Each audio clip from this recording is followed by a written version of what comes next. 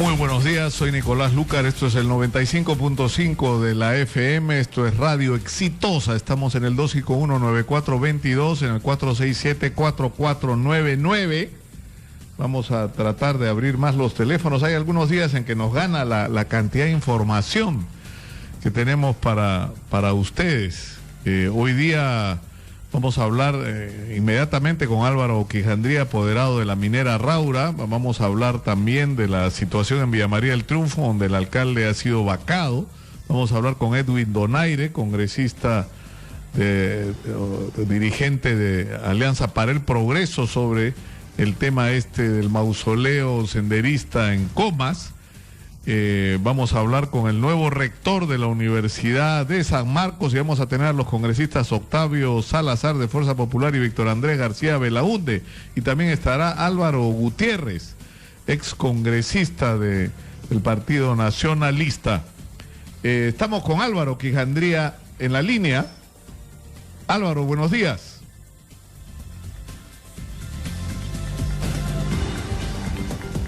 No estamos todavía con Álvaro.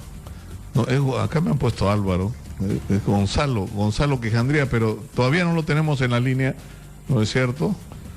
Entonces vamos a comenzar el programa del día de hoy con el doctor Luis Pastor, abogado del Sindicato de Obreros Municipales de Villa María del Triunfo. Muy buenos días, doctor Pastor. Cuéntenos, ¿qué pasó finalmente con el pedido de vacancia del alcalde Palomino?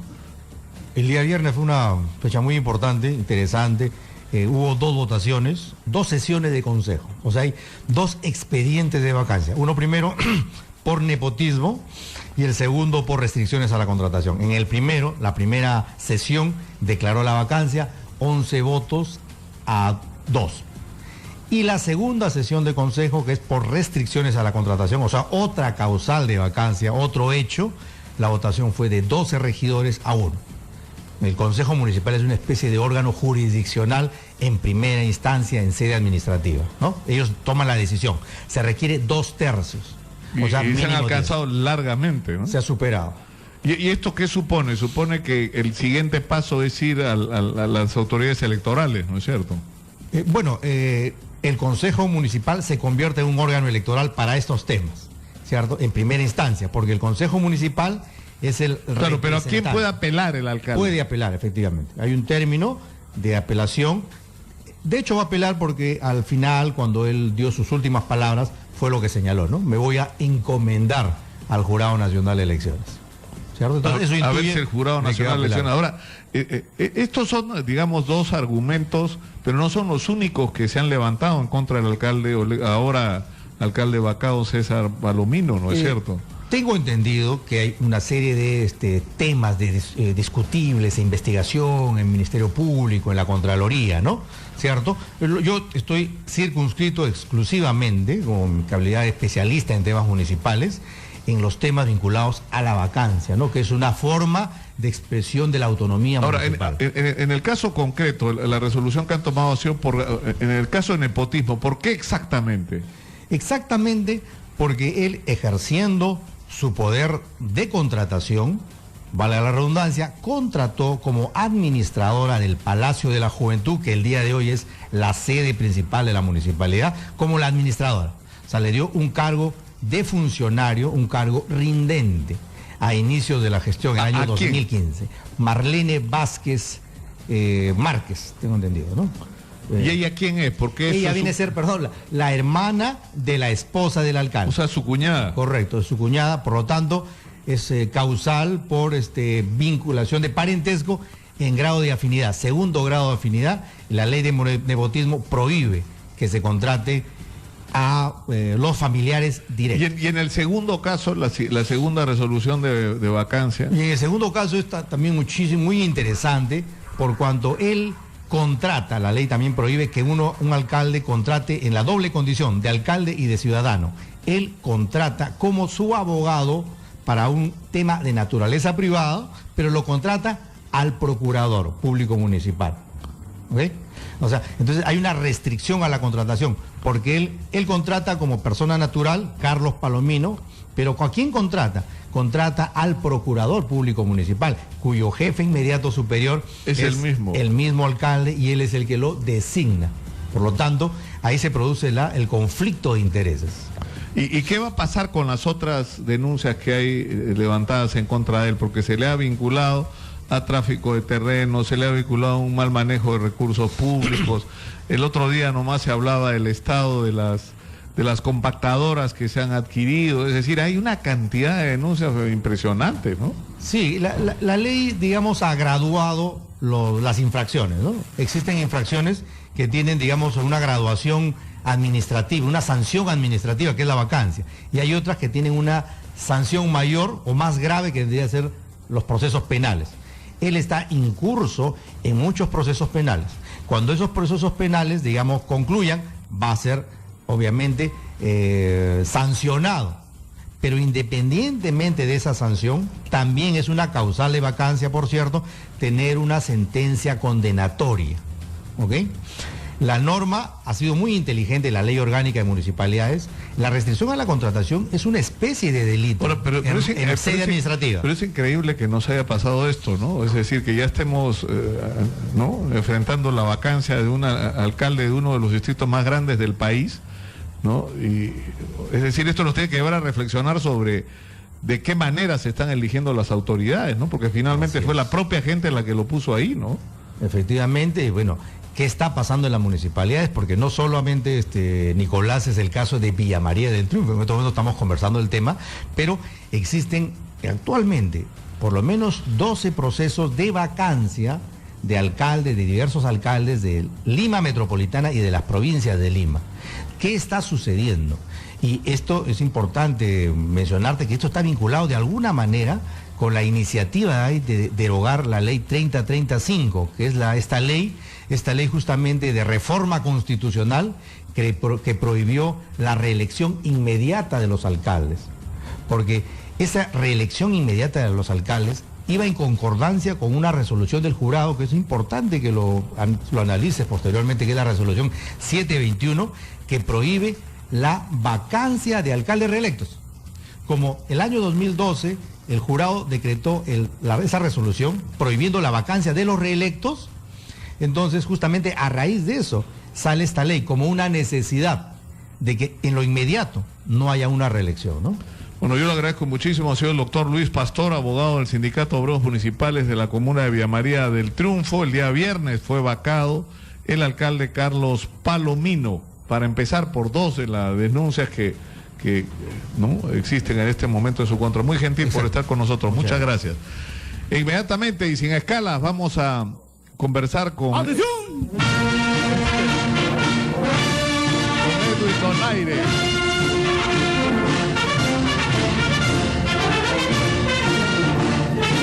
Acá viene. Bienvenido. Tiene sus hinchas acá en la producción, usted que le pone su... Estamos ya en el aire, le pone en su cortina musical sus hinchas acá. ¿Ah? ¿Qué pasa? ¿Se le cae a usted el lapicero? ¿Ah? ¿Ya estamos en el aire? Estamos así. Buenos días, Nicolás. Buenos días a todo el pueblo peruano. Recordando los momentos para madrugar. Bueno, normalmente me levantaba a 4 de la mañana, ahora me levanto a 4:15 nomás, pero acá estamos al pie de guerra, al pie del cañón, perdón. Y a sus órdenes, como un soldado más, don Nicolás. Buenos días. Se ha generado una tremenda controversia alrededor del mausoleo, por llamarlo de alguna manera, que han hecho los senderistas para enterrar a quienes ellos consideran una especie de héroes, ¿no? O algo así, muertos. En particular, la controversia ha surgido por esta decisión de enterrar a 7 de los fallecidos en los hechos de los penales, y en el Frontón, en Lurigancho, y esto de una u otra manera nos ha regresado al pasado, ¿no? A qué tienen derecho y a qué no, también. ¿Qué es lo que usted piensa? general.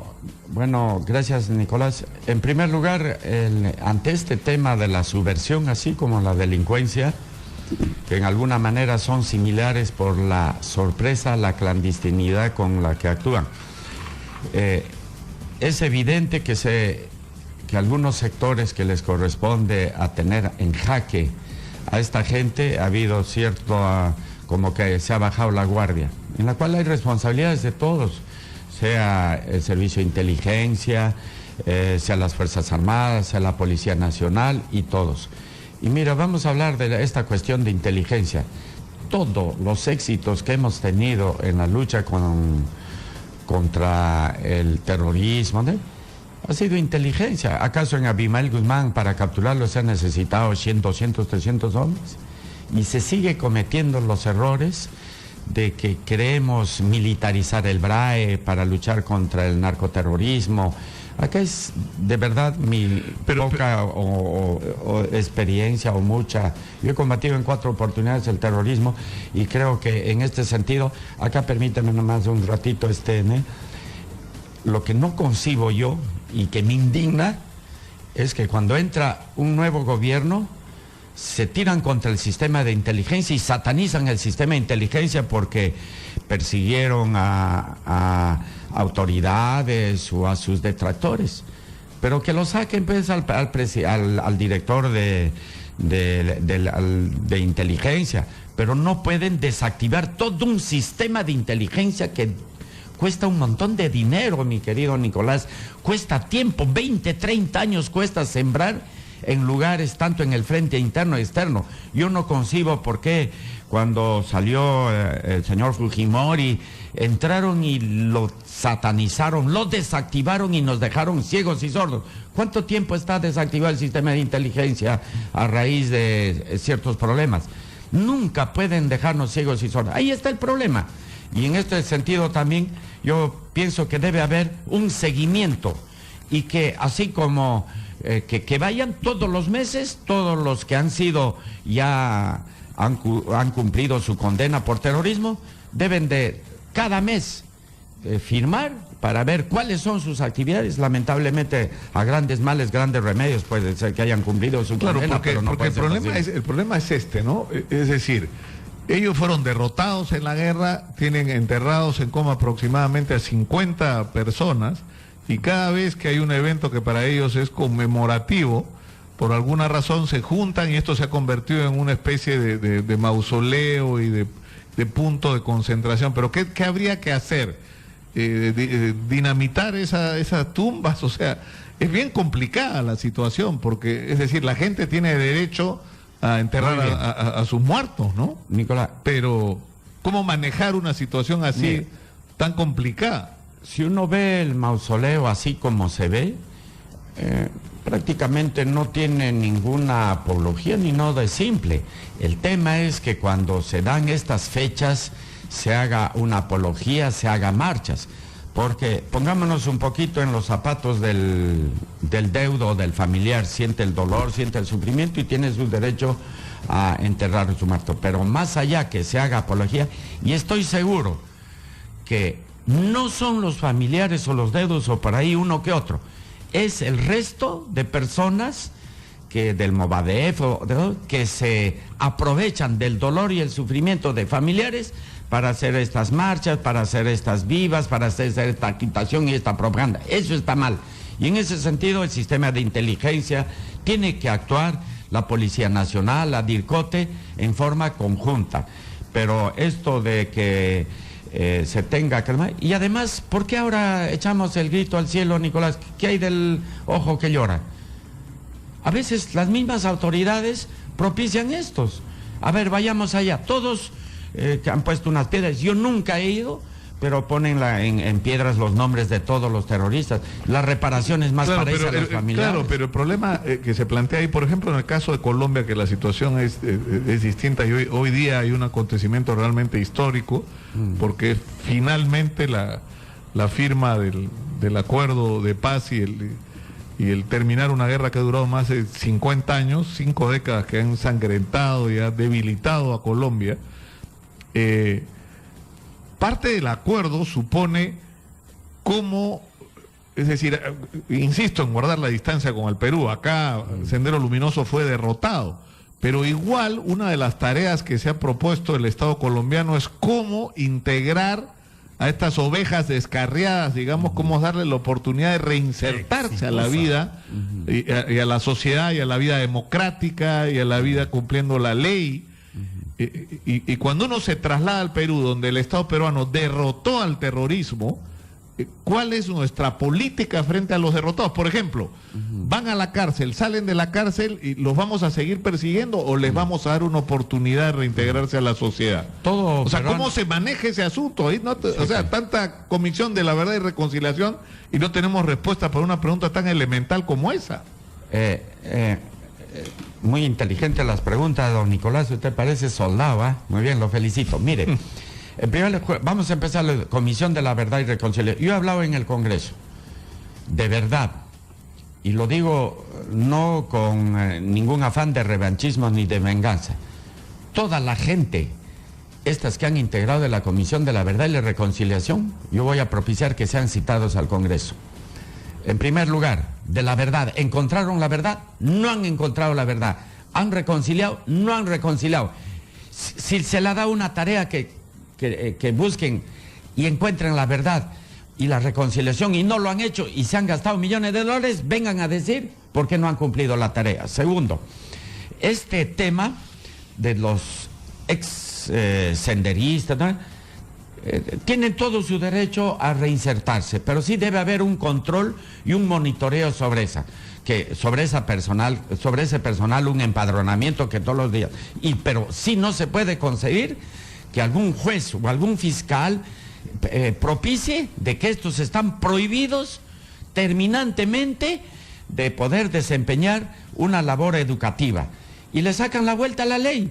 Todos los casos que últimamente estamos viendo, vemos a jueces, por eso es necesario lo que dijo el presidente Cuchillo, una reforma del Poder Judicial. Ahora se pelean si el Consejo Nacional de Magistratura, ¿a quién va a ser? No interesa a quién, pero sí hay que poner las cosas en su sitio.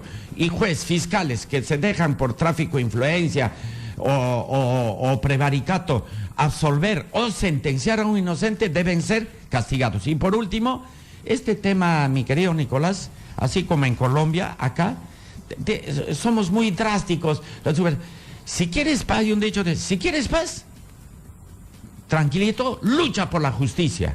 Y si quieres justicia, defiende al débil, defiende a los pobres. Cuando el sudor, la sangre y las lágrimas duermen y comen juntos, nace la subversión. Y yo lo dije en el Congreso. Así hubiera venido Lenin, Mao, Marx, Engels personalmente a Ayacucho, no se hubiera encendido la pradera si es que no hubiera encontrado esas condiciones de abandono, de discriminación de Ayacucho. Yo he salido a los 20 años de Ayacucho sin nunca ver televisión ni teléfono. Teléfono era 2 latas con una pita y decía, deje su mensaje todavía.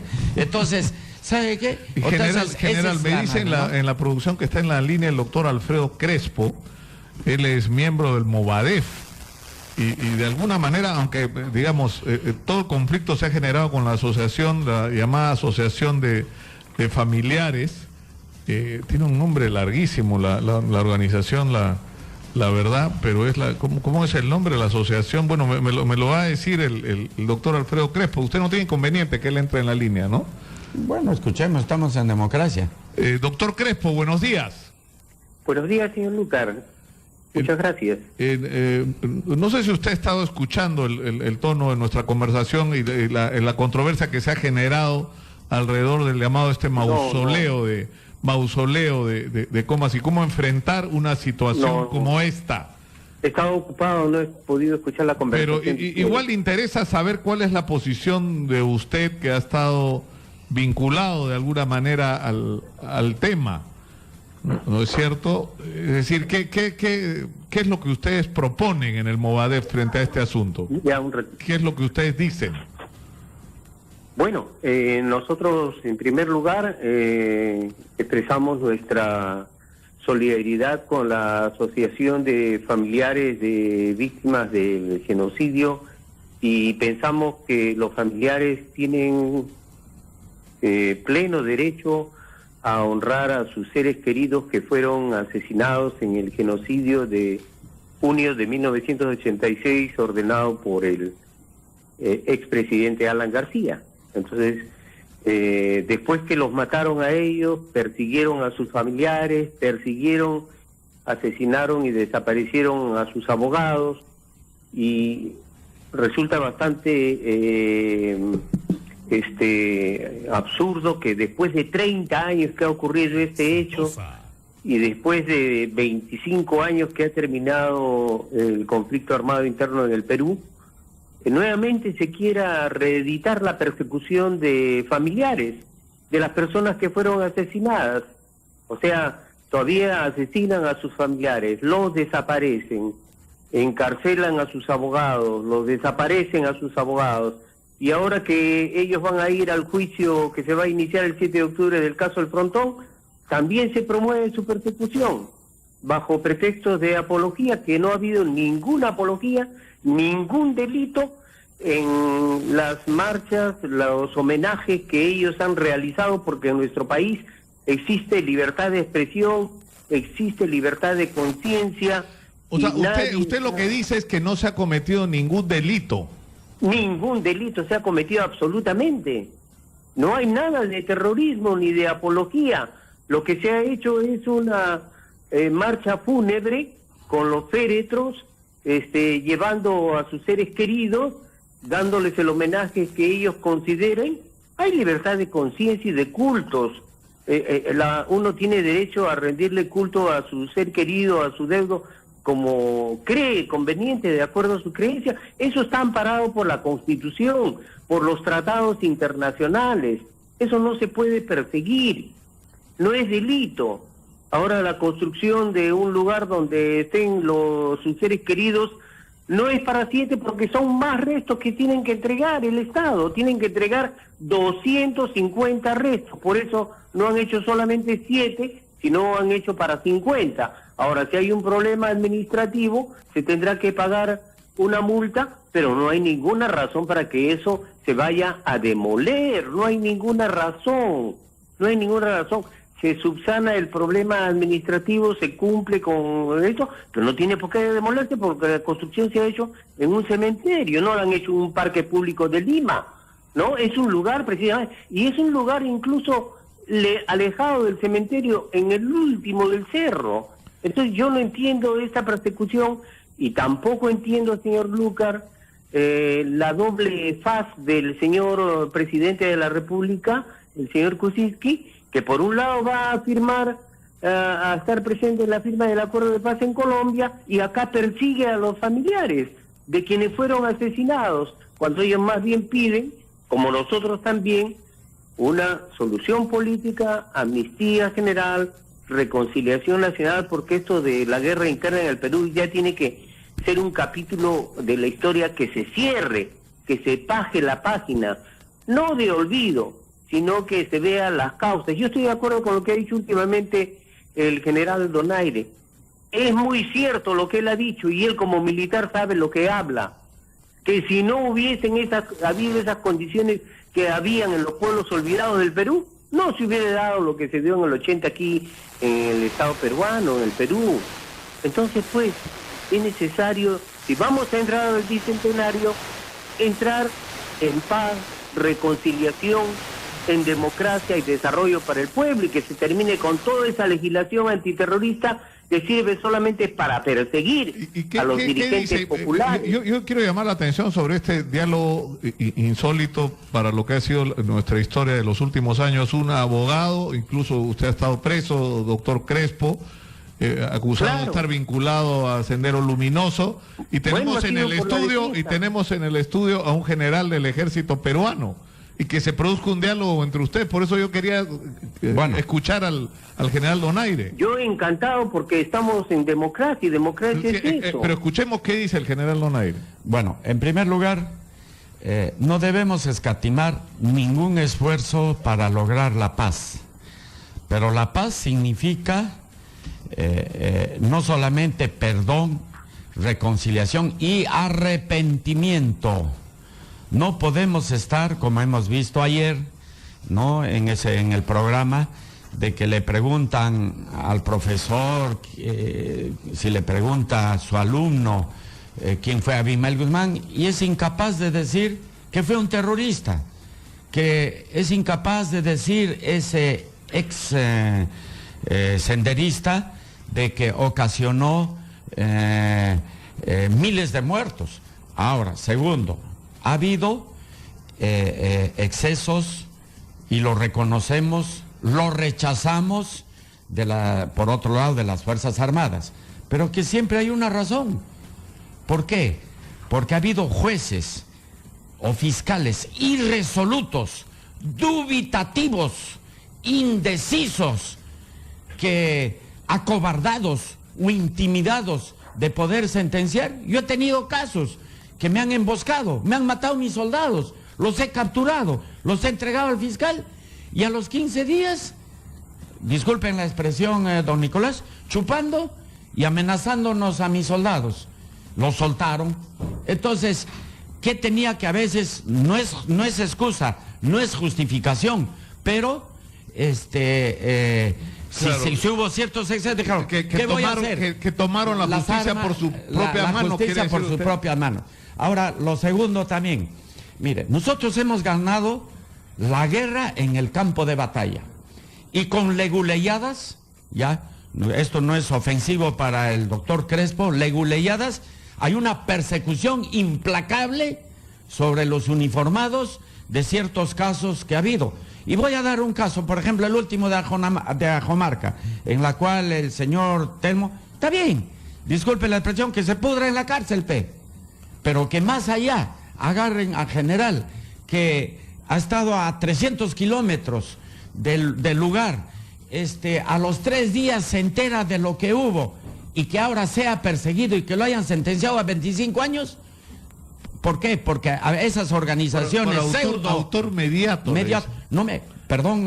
Disculpe, don Miguel, no me frieguen. Pensé que entonces, una cosa ¿sabe qué? peor. A toditos los presidentes que los metan en la cárcel, empezando también entonces al señor García, a Toledo y todos. ¿Por qué solamente se orienta hacia uno? Entonces, en ese sentido, ahora también yo discrepo, acá no hay que decir guerra interna, porque a veces utilizamos ciertos términos para decir, acá ha habido, de verdad, claro, yo he puesto la razón, como dice, yo soy ayacuchano, he visto la marginación, la discriminación, y por eso se dieron las condiciones. Aparte que Abimael Guzmán escogió el lugar adecuado por la geografía, la idiosincrasia del ayacuchano, que en nosotros está el germen de la rebeldía porque venimos de los chancas y los pocas, pero de ahí a que tengan que asumir los que verdaderamente han ocasionado esto, que asuman su responsabilidad. Y que escuchemos, tenemos que ir terminando. Entiendo que usted se tiene que ir, general, tiene... No se preocupe, estoy a sus órdenes, ya no como general, simple soldado nomás, don Nicolás. Alfredo Crespo, lo escuchamos, abogado y miembro del Movadef, lo escuchamos, doctor Crespo.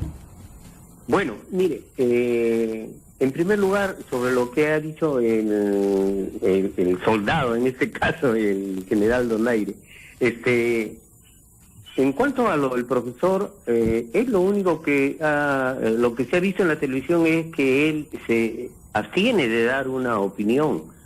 Y es derecho constitucional, toda persona tiene que reservarse, puede reservarse el derecho de dar una opinión, más si ve de que hay toda una persecución ahora en todos los medios de las autoridades, ¿no?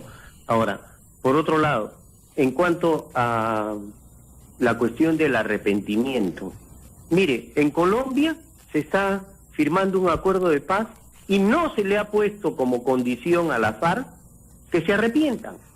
Lo que sí ha habido, y me parece que eso corresponde a un problema político, es que asuman su responsabilidad, y yo estoy plenamente de acuerdo, que aquí tienen que asumir su responsabilidad el Partido Comunista del Perú, Sendero Luminoso, y también tienen que asumir su responsabilidad el Estado peruano, las Fuerzas Armadas, los presidentes de la República que estuvieron en esos años del conflicto armado interno, o como se le quiera llamar, guerra interna, porque ellos fueron los que mandaron a los soldados a enfrentar la subversión. Y los soldados fueron, y en eso yo estoy de acuerdo con el general. Ellos fueron a cumplir un deber que el Estado les mandó defender al Estado, y ahora ellos los enjuician, a ellos ahora los procesan y los persiguen. Por eso es que nosotros decimos una amnistía general para ambas partes, para policías, militares y civiles, que ponga término ya a esta situación. Pero eso significaría, doctor Crespo, usted ha hecho el paralelo con Colombia, a que Abimael Guzmán y Eleni Paraíre, por ejemplo, salgan en libertad, porque ahí se ha establecido dentro del acuerdo el asumir responsabilidades con respecto a hechos punibles, ¿no? Y va a haber gente que va a ir a la cárcel y va a tener que afrontar los procesos y la responsabilidad por sus actos. Es que mire, en lo que ustedes proponen, ¿qué pasaría con Abimael Guzmán? ¿Saldría en libertad? Hay responsabilidades políticas y hay responsabilidades penales. Las responsabilidades políticas las ha asumido el doctor Guzmán desde su detención. Él ha dicho, yo soy responsable de todo lo que hizo mi partido en la guerra que dirigió. Él ha dicho, ahí está en su manifestación policial, él no elude su responsabilidad. Ahora, la amnistía no se personaliza, es general, no decimos para tal, para cual, para tal, para cual, no se personaliza. Ahora, también estamos en contra de la autoría mediata. ¿Por qué se va a condenar a personas que no han tenido una participación directa? Eso supondría, según lo que usted dice, o estoy tratando de seguir la lógica de su planteamiento, que Abimael Guzmán, Eleni Paraíre deberían salir en libertad por un lado, y por el otro lado también debería salir en libertad Alberto Fujimori, que ha sido sentenciado por la autoría mediata en el caso de Barrios Altos y La Cantuta. Eso es lo que debería ocurrir, digamos, como una de las consecuencias de lo que ustedes están proponiendo. Mire, el doctor Abimael Guzmán está 25 años en aislamiento absoluto. Aún no hay amnistía, a él ya le corresponde su libertad en las condiciones que ha estado, ya él debe ser puesto en libertad. Es una persona de 82 años de edad. ¿Cómo se le tiene en aislamiento absoluto? Eso va contra todas las leyes del Estado peruano e internacionales. Bueno, ahora, como le digo, respecto a su pregunta, la amnistía, le reitero, es general, no es para favorecer a una persona, sino es interés de la nación, de la sociedad peruana en su conjunto.